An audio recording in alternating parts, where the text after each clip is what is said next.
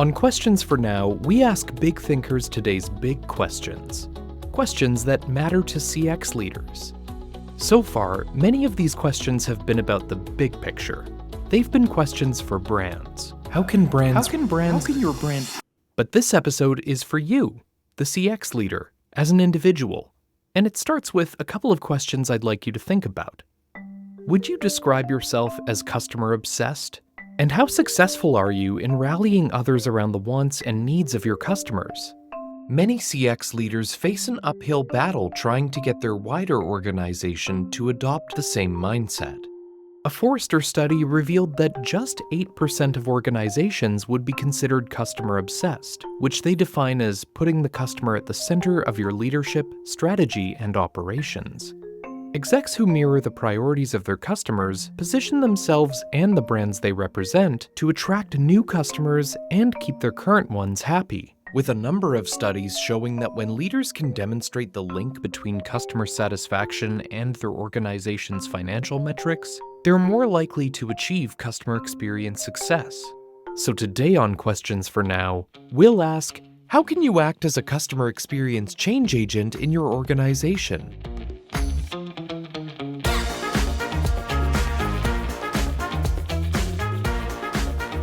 Welcome to Questions for Now, a podcast from TELUS International where we ask today's big questions in digital customer experience. I'm Robert Zirk. To be customer-centric, you have to focus on meeting the needs of your customers. Truly exceptional companies understand that to a point of being customer-obsessed, continually raising the bar for what customers have come to expect, an experience that's fast and tailored to their preferences. Blake Morgan is a keynote speaker, 3-time author, and customer experience futurist. She's a frequent contributor to Forbes, has been dubbed the Queen of CX by Meta, and she speaks to CX leaders routinely, including as host of the Modern Customer podcast. I asked Blake about her thoughts on the state of customer experience today. Customer experience isn't what it used to be, for better or worse. The positive is the technology innovation, the awareness of customer experience as a serious business discipline. On the flip side, there was an article that came out in the Wall Street Journal interviewing Forrester, Pete Jack, the analyst, saying customer experience today in the summer of 2024 is just way down. That many brands, they're tired of spending with inflation and all the economic stress and uncertainty. Companies have not done a great job of investing in customer experience, and many brands have just frozen investments. But while these spending cuts may help alleviate budgetary concerns in the short term, they can undermine growth and customer retention in the long term. And it's here where Blake sees opportunity for the next company that wants to join the 8% that are customer obsessed. This is an opportunity for companies that get it, that want to double down, invest, take the risk, because when every brand is going left, your opportunity is to go right, to say, oh, if we make customers' lives easier and better, if we create back-end operational efficiencies to make things smoother for both employees and customers, we'll win more business. It's just common sense. There was a stat that I was sharing a lot in my speeches a few years ago from Forrester that most customer programs are going to be cut, but 1 in 5 will be stronger than ever. So for the companies that double down at a time when everyone else is making cuts, those investments are going to pay off, and you're going to come out ahead of the competition. To provide a framework for leaders who are looking to capitalize on a customer-obsessed business strategy, Blake wrote her latest book, The 8 Laws of Customer-Focused Leadership: New Rules for Building a Business Around Today's Customer. In all of my research, and I've been doing this almost 20 years now, it's just become very clear that customer experience has to be a leadership conversation. And so that has big implications for leaders everywhere. The 8 laws follow the acronym CX Leader. Let's run through each letter quickly to start, and then we'll take a closer look at some of the key ideas. First, the letter C represents a customer experience mindset. X is about exceeding long-term profit expectations, but focusing both on the short term and the long term. L involves laying out a customer experience strategy. What does that look like and how do you stick to it? E is for embarking on a 90-day get started plan. Because a lot of people that will pick up a book like the one I wrote are new in a customer experience role. They don't know where to start. A is for anticipating the future. We look at how everyone watching and listening to this podcast can themselves be a customer experience futurist. D reminds leaders, don't forget that employees are customers too, while E covers evaluation. We talk about measurement because you can't talk about customer experience without thinking about how are we measuring if we're successful. And finally, R is for Retention. How do we keep customer experience front and center? Because it's easy to get the momentum and everyone gets excited about customer experience and then it falls by the wayside over time. To recap, Blake's first law of customer-focused leadership is create a customer experience mindset. That begins with an understanding that customer experience is a team sport. Lori Branton is Global Vice President of Client Success at TELUS International. Her team supports leaders across a variety of industries in the design, build, and delivery of next-gen digital solutions to enhance the customer experience. Lori shared how customer centricity needs to be a key component of an organization's business model. Customer experience is inherently cross-functional and top-down, but it really requires an operating model that helps define the roles and responsibilities from the frontline team member all the way up to the executive level. Successful models include a plan that's really establishing clear principles that are translating into your blueprint for your customer culture. They can also help in setting clear goals and metrics that are focused on customer-centric outcomes. Lori emphasized that leaders who embrace CX as a team sport equip frontline team members for success. Another key component is helping to empower and prepare the frontline teams with the appropriate tools and authority to be able to resolve issues quickly and effectively for customers. While a customer experience leader and their team can set some of the groundwork, CX is cross-functional and needs to extend beyond a designated CX team across every area of the organization. CX leaders must break down silos so that every leader, even those in traditionally non-customer-facing departments like finance or IT, understands the relationship between customer and business outcomes and is accountable to that relationship. For example, if agents are struggling to use the tech setup that the IT team puts in place, they'll also struggle to deliver the best support possible. But when that happens, customers aren't thinking, wow, their IT department really ought to fix the technology their agents are using. Instead, they walk away thinking your brand's customer experience is subpar.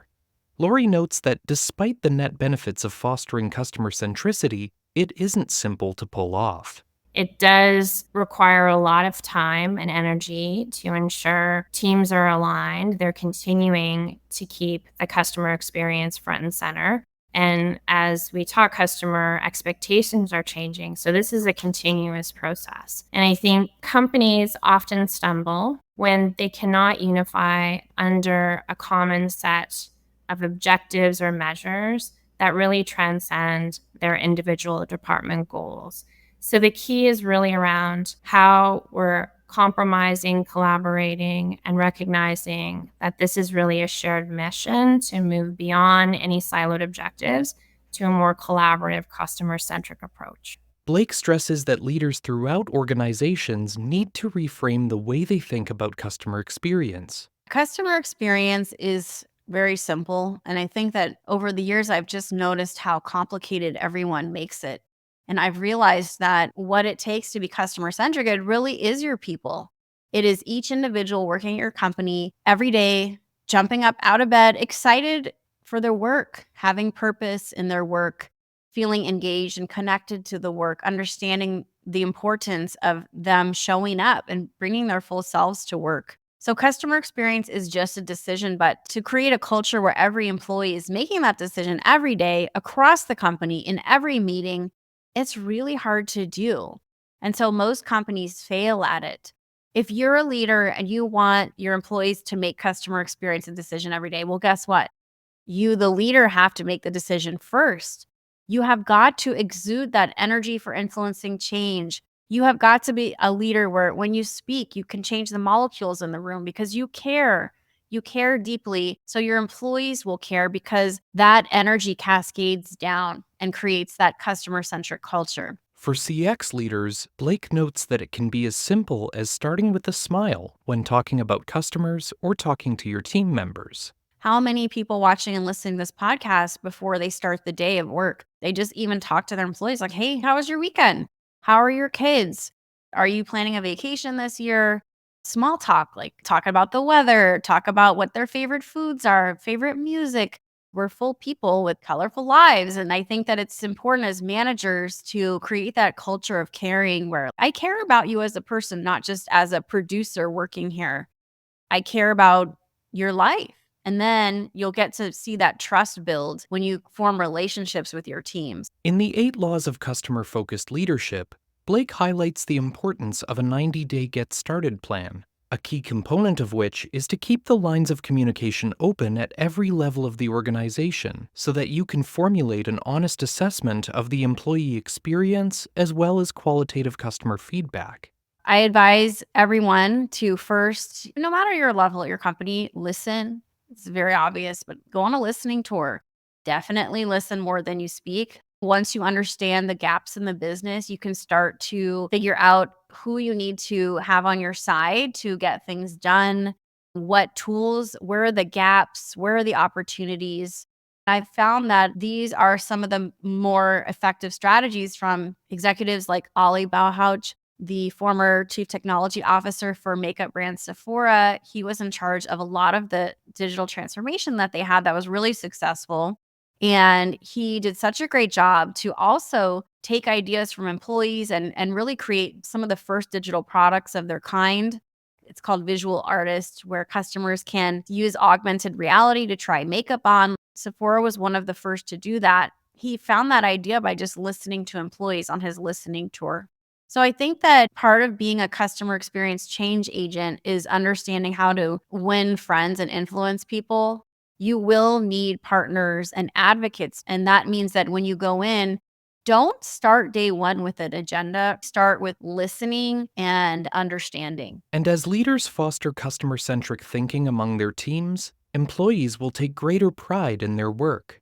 It's that accountability factor. Like, we all want employees that take ownership, that are accountable, that feel like they almost own the business. And if we could all have employees that had that level of ownership, that block and tackle for each customer, I mean, that would be the dream. Blake pointed to Jocko Willink's book, Extreme Ownership, and its core concepts of leadership and accountability. That's the best brand you can build, is when employees have extreme ownership over their work, care deeply, take it seriously, and aren't afraid to stick their neck out and say, oh, hey, I think this thing that came in through the contact center could be a potential red flag. We should probably look at this before it balloons into something bigger. These are the employees that you want. Lori highlighted that more CX leaders today are aware of the direct connection between the employee experience and the customer experience.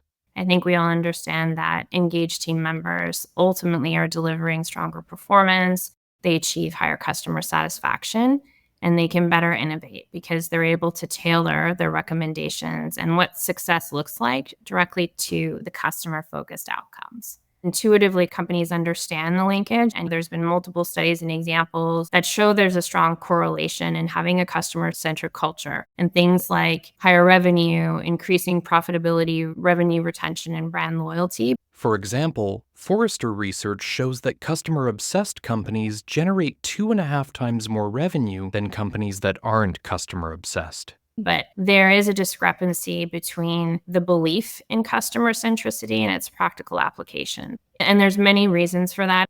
Lori cited funding, conflicting scorecard priorities, and limitations on the customer data you're collecting through your contact center and across your business that impede you from gathering the insights you need to better serve your customers. One place where leaders can start identifying pain points is the operational environment, examining how employee-facing technology is helping or hindering your frontline team members' ability to deliver a great customer experience. Having an employee who is looking to resolve a customer concern in real time, having them able to look up information, triage and resolve a challenge in real time is directly influenced by the tools and systems they have at their disposal. If they have multiple frontline systems they need to log into in order to find information, if they're searching for an answer that is in PDFs and they have a customer waiting, it's a huge impact to the end customer experience. In Time to Win, the consumer patience study conducted by CX expert and past Questions for Now guest Jay Bayer in cooperation with Stats Social, 85% of customers highlighted speed and responsiveness as an important factor of whether or not they're loyal to a brand. And in a Forrester report, 2/3 of consumers identified a company's respect for their time as the most valuable component of an online customer experience. Many leaders are looking at how they can best empower the next generation customer experience agent. There's a lot of use cases in place, things like how we can better improve the tools for frontline team members and provide data that's helping them make the right decisions. Increasingly, leaders are turning to generative AI to support their agents in delivering a more responsive and efficient customer service. What leaders are thinking of is how are we advancing some existing cases while also cautiously balancing things like data privacy and other concerns that entering full into generative AI may create some hesitancy in testing things out live in front of customers. And Blake reminds leaders to apply new technologies like generative AI with customer centricity in mind, focusing on how these new efficiencies can be leveraged to create better experiences. I think it's a big opportunity if you're going to save money with some of these frequently asked questions. How can you add value to customers' lives? If experience is the only thing that differentiates your product or service, you better have an experience. What is that experience? And generally, the best experiences are driven by amazing people that make your customers feel good. With the rapid pace of technological advancement, leaders need to carefully balance short and long-term priorities.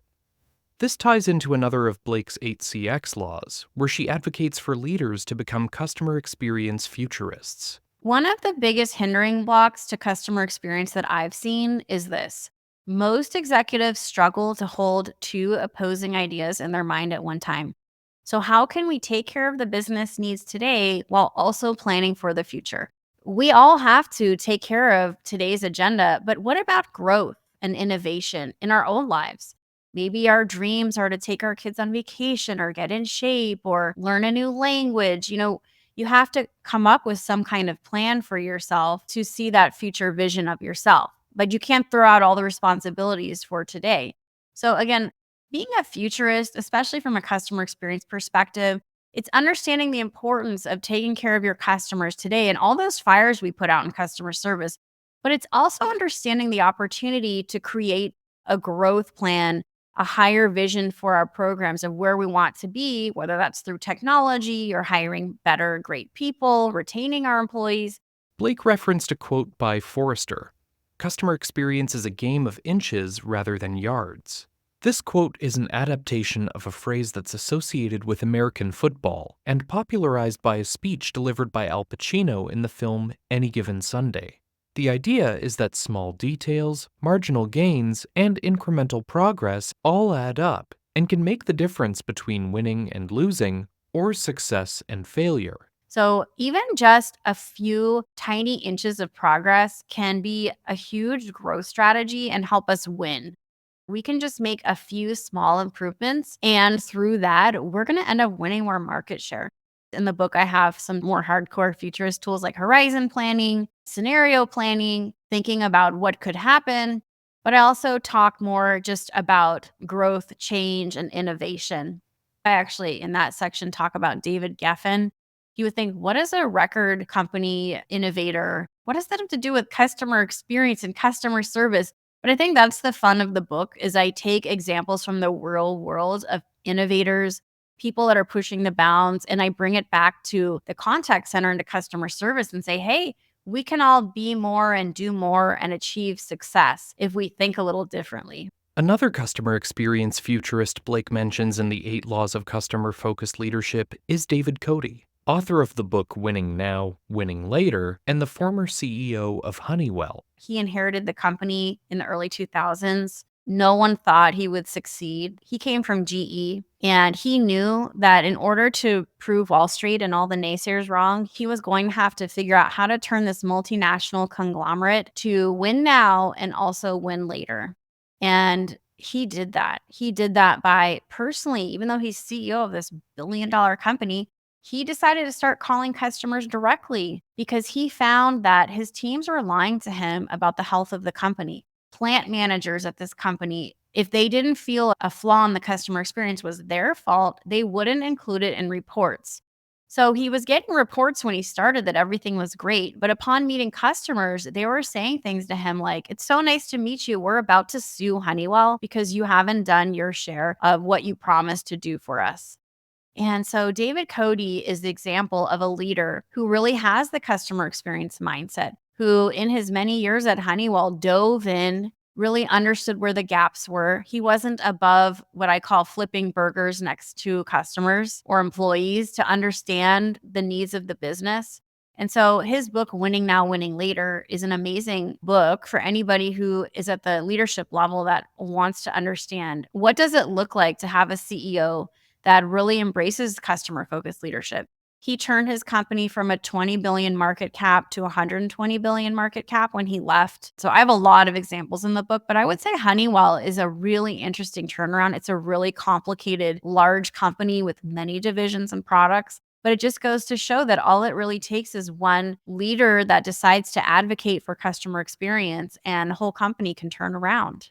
The idea of customer experience futurism brings us back to creating cross-functional opportunities for collaboration. Examples Lori suggested include innovation days, which are days set aside for stakeholders across departments to take a step back and discuss challenges and opportunities to drive better outcomes. We want to be thinking about how are we empowering the frontline team member to make those decisions. It could be enhancing the frontline tools and an emulator so that they can live and breathe the in-app experience along with your customers. It could be a frontline team member wearing a virtual headset and going through things live. So I think reimagining and looking at innovation, nobody has a crystal ball, but there's that cross-section of where are you today and where do you want to go? Lori shared a great example from a recent Innovation Day TELUS International facilitated with a client that leveraged customer and employee insights to identify quick wins and empower the organization to deliver a better customer experience. It brought together teams that wouldn't conventionally be thought of as directly customer-facing, like marketing and IT.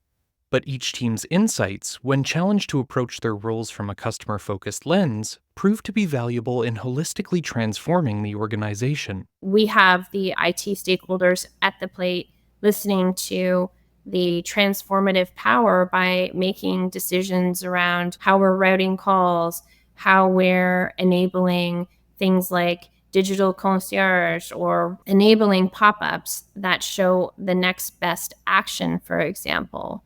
Taking not only the IT mindset on what will be required in order to have that pop-up appear, but what it actually means to the customer experience for the frontline team member who is trying to triage information in real time and recommend to the customer the next step. So that included reimagining an agent of the future.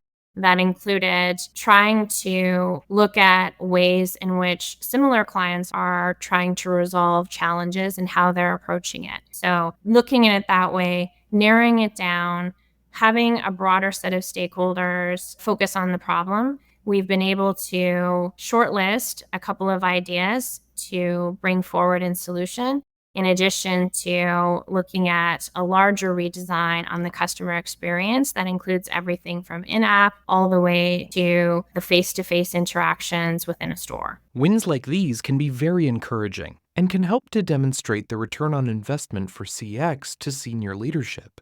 But customer centricity isn't something you leave on autopilot.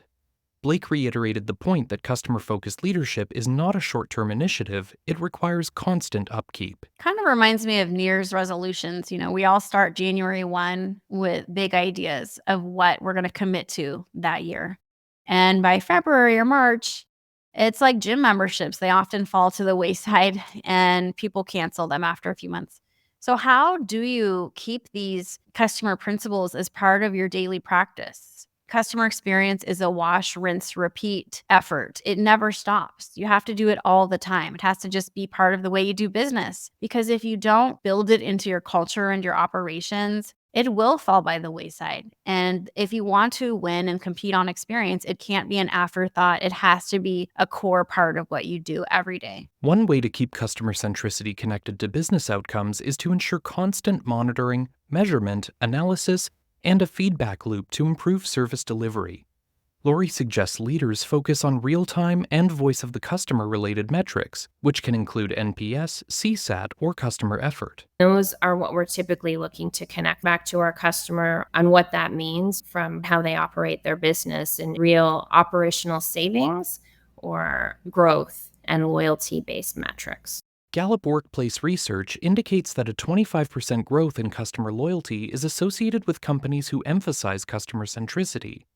Blake cautions that whatever metrics you choose, you need to ensure you're selecting them on the basis of being the most honest assessment of customer sentiment, and not for the sake of a number that makes the business look good on paper. If you treasure it, you'll measure it. And I love the phrase, what's measured gets improved. So obviously, we all need to know, what does success look like for a day of work? I think the most honest metric you will ever get is by looking at the qualitative research, the qualitative insights. Like I talked about David Cody, how often do you actually go to where the work is being done? Do you call customers, mystery shop your own store? Like the CEO of Starbucks, Laxman Narasimhan, who works as a barista at Starbucks once a month to understand the gaps in the employee and customer experience.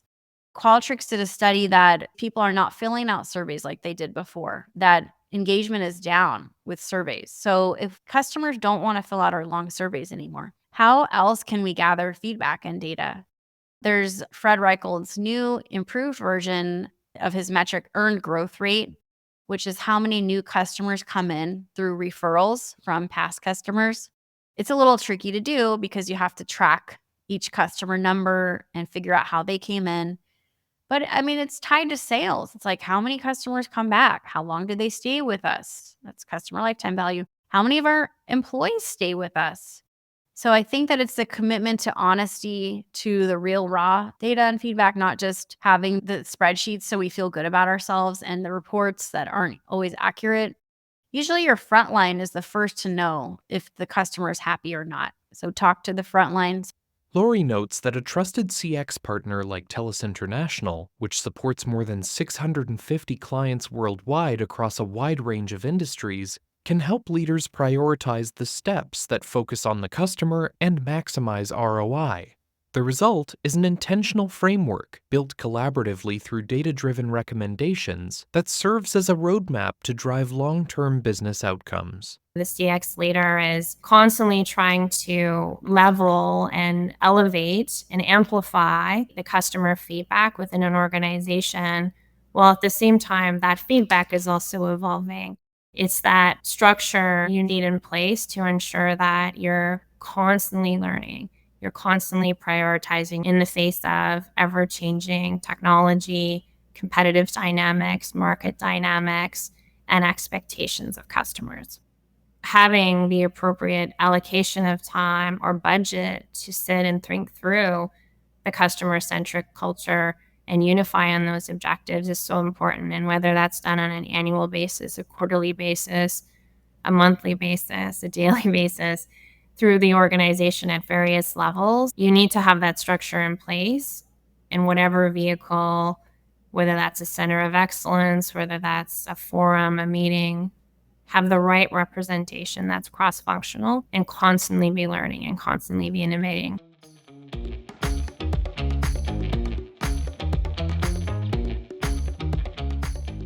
Thank you so much to Blake Morgan and Lori Branton for joining me and sharing their insights today.